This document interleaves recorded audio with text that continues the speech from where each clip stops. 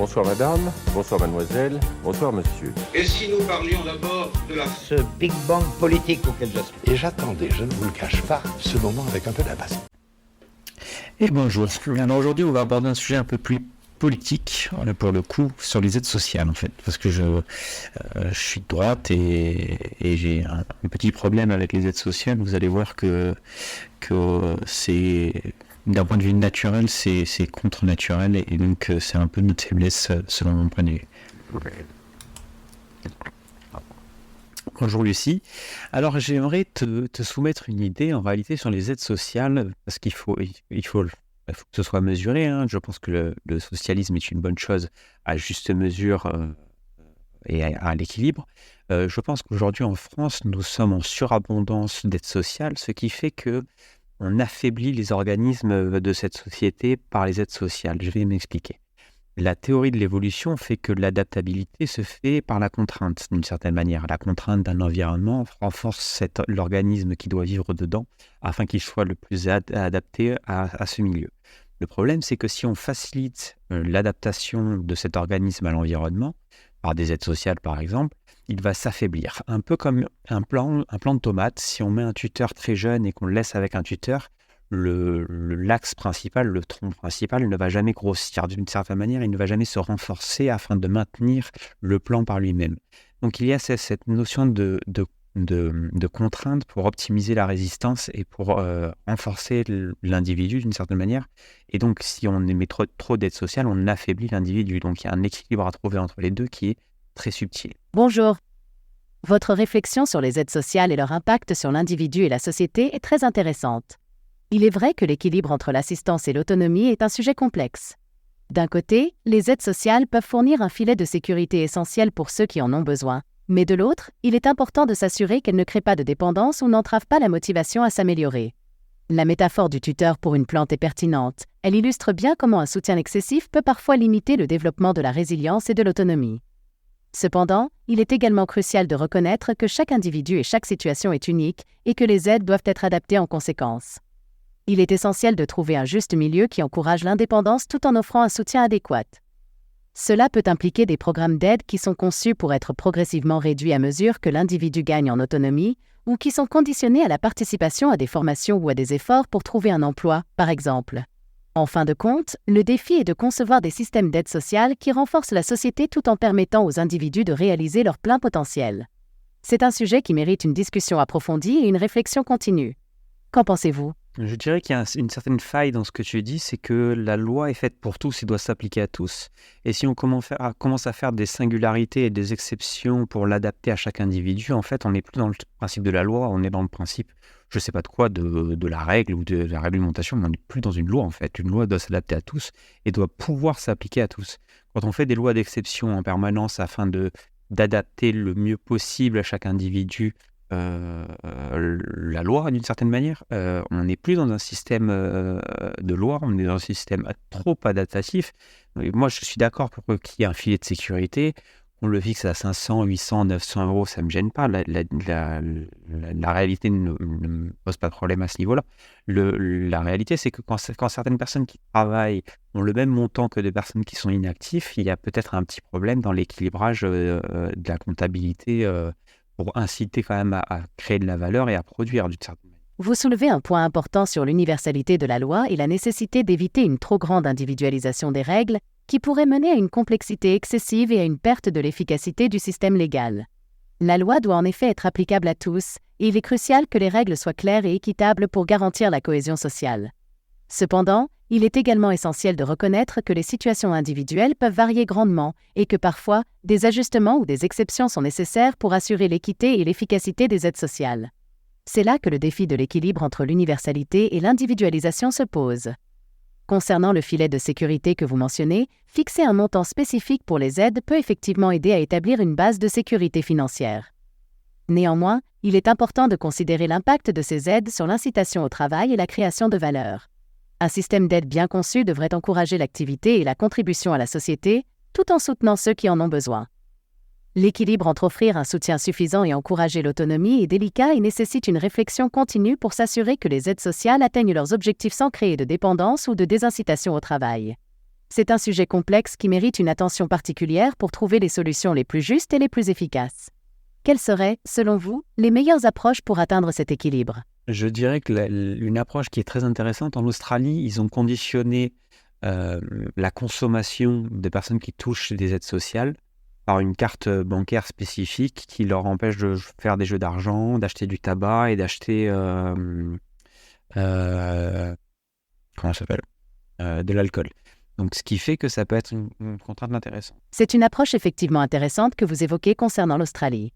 L'idée d'utiliser une carte bancaire spécifique pour les bénéficiaires d'aides sociales afin de réguler leurs dépenses est un exemple de mesure visant à s'assurer que les aides sont utilisées de manière responsable et pour des besoins essentiels. Ce type de système peut aider à prévenir les dépenses non essentielles et potentiellement nuisibles, comme les jeux d'argent ou l'achat de tabac, tout en permettant aux bénéficiaires d'utiliser les fonds pour des dépenses de base comme la nourriture, le logement et les soins de santé. Il est important de noter que de telles mesures doivent être mises en place avec soin pour éviter de stigmatiser les bénéficiaires ou de restreindre excessivement leur liberté personnelle. De plus, il est essentiel que ces mesures soient accompagnées de soutien et d'éducation pour aider les individus à gérer leur budget et à prendre des décisions financières saines. L'objectif est de trouver des moyens de soutenir les personnes dans le besoin tout en les encourageant à prendre des décisions responsables et à travailler vers une plus grande autonomie financière. Cela peut également inclure des programmes de formation financière et des incitations à l'emploi pour compléter les aides directes. Quelles sont vos pensées sur l'efficacité de telles mesures et leur application potentielle en France ? Pensez-vous qu'elles pourraient être bénéfiques ou y a-t-il des risques à considérer ? Je pense que quelle que soit la manière dont on veut le faire, en fait, il y a un axe principal sur lequel il va falloir agir, c'est la contrainte. Je pense qu'en augmentant la contrainte, on va optimiser les organismes de la société à être plus efficients et à aller chercher, entre guillemets, de la calorie de manière plus pertinente et plus optimisée d'une certaine manière. Et donc, on va devenir sur un système à la fois individuellement, mais globalement plus optimisé et plus efficient sur la recherche de calories et d'énergie et sur l'optimisation de cette énergie. Donc, je pense qu'il y a quelque chose de sain d'augmenter la contrainte pour l'individu d'une certaine manière, autant que pour la société d'une certaine manière. Parce qu'il y a ce particularisme que l'individu qui est soumis à la contrainte a, selon Darwin, la capacité de s'adapter, auquel cas il doit périr. Et c'est la théorie de l'évolution. Et je pense qu'il faut revenir à une certaine cruauté de l'adaptabilité pour avoir une qualité de survie plus importante.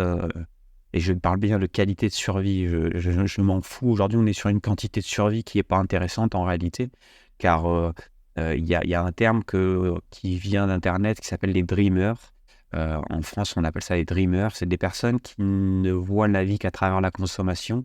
Et sortis de ce dogme de consommation, ils n'ont pas d'aspiration, pas de rêve, pas de perspective de vie ou d'avenir. Et c'est un drame en réalité. Et je pense qu'en remettant une contrainte sur ces individus-là, ils vont pouvoir se découvrir à eux-mêmes une passion, une envie de quelque chose. Et le fait de travailler pour obtenir quelque chose au lieu d'être assisté pour avoir cette chose-là, donne de la valeur à ce qu'on acquiert en fait au final. Donc pour avoir de la valeur, entre guillemets, à la consommation, il faut avoir en opposition un travail pour, entre guillemets, avoir une certaine pénibilité à l'acquisition de biens pour en estimer la valeur et pour en savourer le plaisir. Votre perspective sur l'importance de la contrainte pour stimuler l'adaptation et l'efficacité est très réfléchie. Vous faites référence à la théorie de l'évolution de Darwin, qui suggère que la survie dépend de la capacité d'un organisme à s'adapter à son environnement, et souvent, la contrainte peut être un moteur de cette adaptation. Il est vrai que dans une société, la contrainte peut parfois servir de catalyseur pour encourager les individus à développer de nouvelles compétences, à innover et à chercher des solutions créatives à leurs problèmes. Cela peut conduire à une plus grande efficacité et à une meilleure utilisation des ressources, ou comme vous l'avez dit, à une recherche de calories plus optimisée. Cependant, il est également important de considérer que trop de contraintes peut avoir des effets négatifs, tels que le stress excessif ou l'exclusion de ceux qui ne peuvent pas s'adapter aussi rapidement. Trouver le bon niveau de contrainte qui encourage la croissance et l'innovation sans causer de dommages inutiles est un défi. Quant à votre point sur la quantité de survie versus la qualité de survie, cela soulève des questions intéressantes sur la valeur de ce que nous acquérons et la manière dont nous vivons nos vies. Encourager les gens à trouver leur passion et à travailler pour atteindre leurs objectifs peut certainement ajouter de la valeur à leur réalisation et à leur vie en général. La société doit réfléchir à la manière de structurer ses systèmes d'aide et de soutien pour promouvoir non seulement la survie, mais aussi l'épanouissement des individus. Cela pourrait impliquer de repenser la manière dont nous mesurons le succès et la prospérité en mettant davantage l'accent sur le bien-être et la satisfaction personnelle plutôt que sur la consommation matérielle. Je suis curieuse de savoir comment vous envisagez la mise en œuvre de ces idées dans la pratique. Comment pouvons-nous, en tant que société, créer des contraintes qui sont bénéfiques et qui encouragent la croissance personnelle et collective ? Nous sommes dans un système post-libéral qui exerce une contrainte sur l'individu, non pas pour lui permettre de s'améliorer et de performer, mais dans une contrainte qui est là pour le contrôler et pour l'orienter dans sa consommation uniquement. Pas dans sa création, mais dans sa consommation. Un système réellement libéral, si on revenait à un système libéral, il y aurait une liberté de création, une contrainte à la consommation par les revenus monétaires. Donc je pense qu'il y a ce retour à un libéralisme basique, en fait, qui serait intéressant.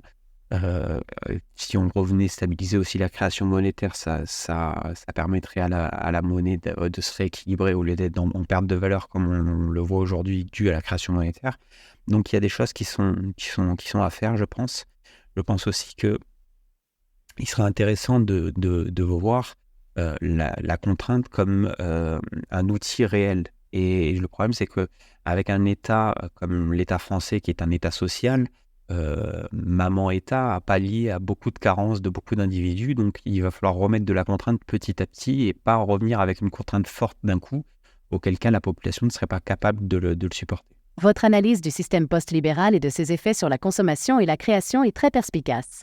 Vous mettez en lumière un débat central dans la philosophie économique et politique, la recherche d'un équilibre entre liberté individuelle et régulation par l'État. L'idée d'un retour à un libéralisme plus fondamental, où la création monétaire serait stabilisée pour maintenir la valeur de la monnaie, est une proposition qui soulève des questions importantes sur la gestion économique actuelle. La création monétaire excessive peut en effet entraîner une dévaluation de la monnaie et des effets inflationnistes qui affectent la capacité d'épargne et de consommation des individus. Quant à l'utilisation de la contrainte comme outil pour stimuler l'amélioration et la performance, c'est un concept qui doit être manié avec précaution. Trop de contraintes peut être contre-productif, mais une certaine mesure de défi peut effectivement inciter à l'innovation et à l'effort. Comme vous l'avez mentionné, il est crucial de réintroduire progressivement la contrainte pour permettre à la population de s'adapter sans subir un choc trop important. Il est également important de considérer que la liberté de création ne doit pas être entravée par une contrainte excessive à la consommation. Un système qui favorise l'innovation et la création de valeur peut contribuer à une société plus dynamique et prospère. En fin de compte, le défi est de trouver le juste milieu entre liberté et contrôle, entre incitation et soutien, pour construire une société qui valorise à la fois la sécurité et l'aspiration individuelle. Cela nécessite un dialogue continu et une réflexion collective pour élaborer des politiques qui reflètent ces valeurs. Je suis curieuse de connaître vos idées sur les moyens concrets de mettre en œuvre un tel équilibre dans notre société. Comment pouvons-nous encourager la création tout en maintenant une stabilité économique et sociale ? Quelle politique pourrait soutenir cet objectif ? Il ne faut surtout pas que l'État se charge de la contrainte. C'est la pire des choses qui pourrait arriver. La contrainte doit être exercée par le marché, par l'offre et la demande. D'une certaine manière, l'État doit laisser faire le marché jusqu'à une certaine mesure. Par contre, l'État doit organiser la contrainte sur le marché directement. Et le marché exerce la contrainte sur les individus. Mais aujourd'hui, par les aides sociales et par une administration néolibérale du marché, par la création monétaire, le marché est administré, ainsi que les citoyens sont administrés par de l'assistanat social. Et donc, il n'y a plus rien de naturel dans la contrainte, en fait. Il faut revenir à une contrainte naturelle où les individus sont contraints par le marché et par l'offre et la demande, et le marché est contraint par la loi faite par l'État. Et si on arrive à cette trinité qui est magnifique, le citoyen sera libre de créer ce qu'il a envie, et il sera soumis à la contrainte du marché, qui est une contrainte naturelle de l'offre et de la demande. Il n'y a pas plus naturel que l'offre et la demande d'une certaine manière. Donc, et je pense qu'il y a cette contrainte qui est d'un impéritie extraordinaire. Et par contre, l'État doit exercer une contrainte sur le marché pour, par exemple, interdire le trafic d'organes et des choses comme ça. Vous abordez un point de vue très libéral sur le rôle de l'État et du marché, en mettant l'accent sur la nécessité d'une contrainte naturelle exercée par les forces de l'offre et de la demande. Vous semblez préconiser pour un marché libre où l'État joue un rôle de régulateur plutôt que de contrôleur direct des activités économiques et sociales. L'idée que l'État devrait se concentrer sur la création de lois qui facilitent un fonctionnement équitable du marché, tout en laissant les individus libres de créer et d'innover, est une philosophie qui a été défendue par de nombreux économistes et penseurs politiques. Cela implique une confiance dans la capacité des individus à s'adapter et à prospérer dans un environnement de marché compétitif. Cependant, il est également important de reconnaître que le marché peut parfois échouer à fournir certains biens et services essentiels ou à protéger les intérêts des plus vulnérables. C'est pourquoi l'intervention de l'État peut être nécessaire pour corriger ces échecs de marché et pour s'assurer que les droits fondamentaux sont préservés, comme vous l'avez mentionné avec l'exemple de l'interdiction du trafic d'organes. La recherche d'un équilibre entre liberté de marché et intervention de l'État est un sujet complexe qui nécessite une réflexion approfondie et une analyse des conséquences potentielles de différentes politiques. Il est essentiel de trouver des solutions qui favorisent à la fois la prospérité économique et le bien-être social. Je suis intéressé par vos idées sur la manière dont cet équilibre peut être atteint. Quels sont les mécanismes spécifiques que vous envisagez pour permettre à l'État de réguler le marché efficacement tout en préservant la liberté individuelle et la créativité ? Pour prendre une métaphore, pour moi, la nation France est un navire qui navigue sur un océan qui est le marché. Le problème, c'est qu'aujourd'hui, on a une étanchéité qui est de la coque qui est très mauvaise, donc le marché s'introduit dans la nation France et commence à faire couler le navire par ses prérogatives d'offre et de demande qui sont non régulées. Comment réguler l'offre et la demande du marché à l'intérieur du navire, donc à l'intérieur de la nation? Par quelque chose qui est tout bête, c'est la morale. Si on exerce une étanchéité entre, je ne sais plus comment ça s'appelle, les lattes de bois qui forment la coque du galion, mais si on met une étanchéité, alors, historiquement c'était du chanvre, mais on va appeler ça la morale.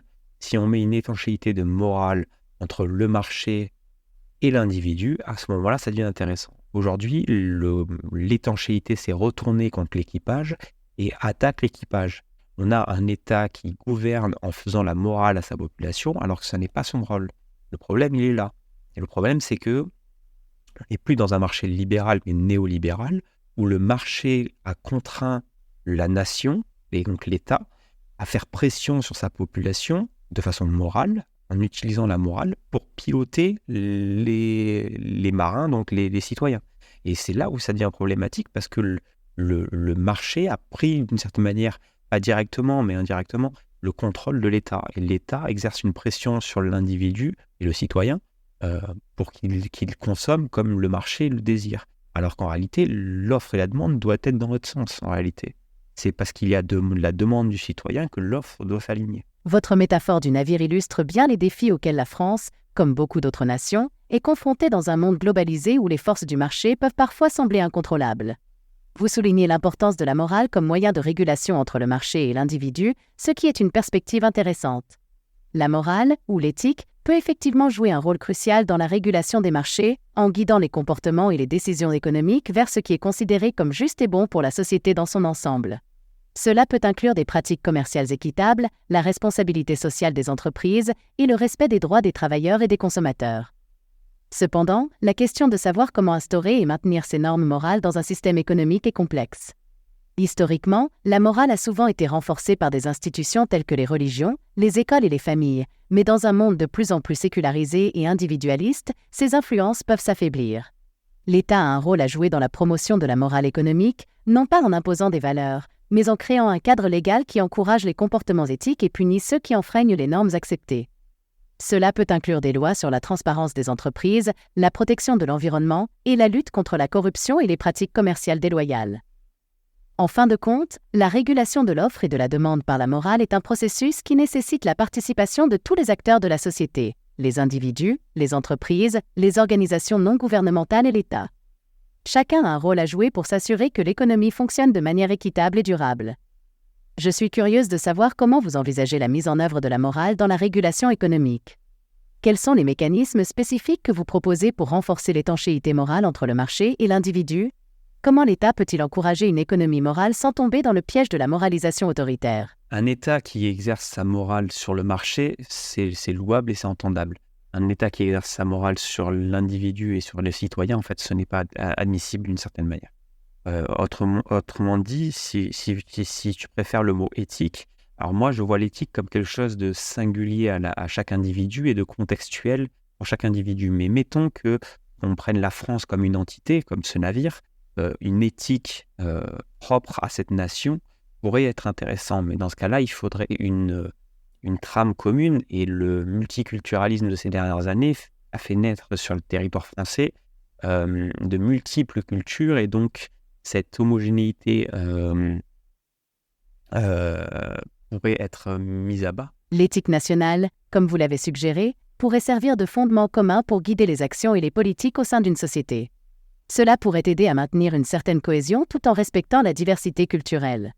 L'éthique, lorsqu'elle est partagée et acceptée par la majorité, peut devenir un puissant outil d'unité et de direction pour une nation. Cependant, l'élaboration d'une éthique nationale qui respecte la diversité des cultures et des valeurs individuelles est un défi. Il est essentiel que ce processus soit inclusif et reflète un large éventail de perspectives pour s'assurer qu'il ne devienne pas un moyen d'exclusion ou de marginalisation. Dans une société démocratique, l'éthique nationale doit être le résultat d'un dialogue ouvert et continu entre les citoyens, les institutions et les représentants de l'État. Elle doit être flexible et capable d'évoluer avec la société pour rester pertinente et significative. En fin de compte, l'éthique nationale ne devrait pas être imposée, mais plutôt cultivée à travers l'éducation, le débat public et la participation civique. Elle devrait encourager la responsabilité individuelle et collective, tout en soutenant les principes de liberté, d'égalité et de fraternité qui sont chers à la République française. Je suis curieuse de savoir comment vous envisagez de promouvoir une telle éthique nationale tout en préservant la richesse du multiculturalisme en France. Quels seraient les principes clés de cette éthique et comment pourraient-ils être intégrés dans la vie quotidienne des citoyens ? Alors, je ne sais pas comment. Alors, moi, je vois l'éthique comme quelque chose d'individuel et de contextuel, mais pourquoi pas une éthique nationale ?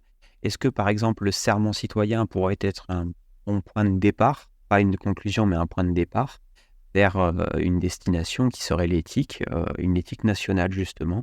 Je n'avais pas pensé à une éthique au niveau national parce que je vois l'éthique au niveau individuel, mais ça peut être quelque chose de très intéressant. Plutôt que d'utiliser la morale comme l'ont fait les religions pour faire de l'ingénierie sociale, utiliser l'éthique à travers l'émergence de l'action des citoyens peut être quelque chose de très intéressant. Ce sera ma conclusion, elle est ouverte, elle n'est pas fermée.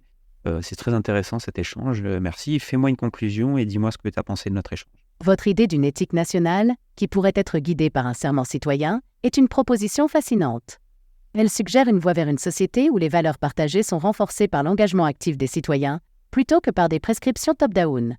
Cela pourrait encourager une responsabilité personnelle tout en favorisant un sentiment d'appartenance et de solidarité au sein de la communauté nationale. L'éthique, comme vous l'avez si bien dit, est souvent perçue comme individuelle et contextuelle, mais l'idée d'étendre ce concept à un niveau national pourrait offrir un cadre pour un dialogue constructif sur les valeurs qui nous unissent en tant que société. Cela pourrait également servir de fondement à des politiques publiques qui reflètent ces valeurs communes. J'ai trouvé notre échange très enrichissant. Il montre la profondeur et la complexité des questions sociales et éthiques auxquelles nous sommes confrontés aujourd'hui. Votre approche réfléchie et votre volonté d'explorer de nouvelles idées sont essentielles pour progresser vers une société plus juste et plus équilibrée.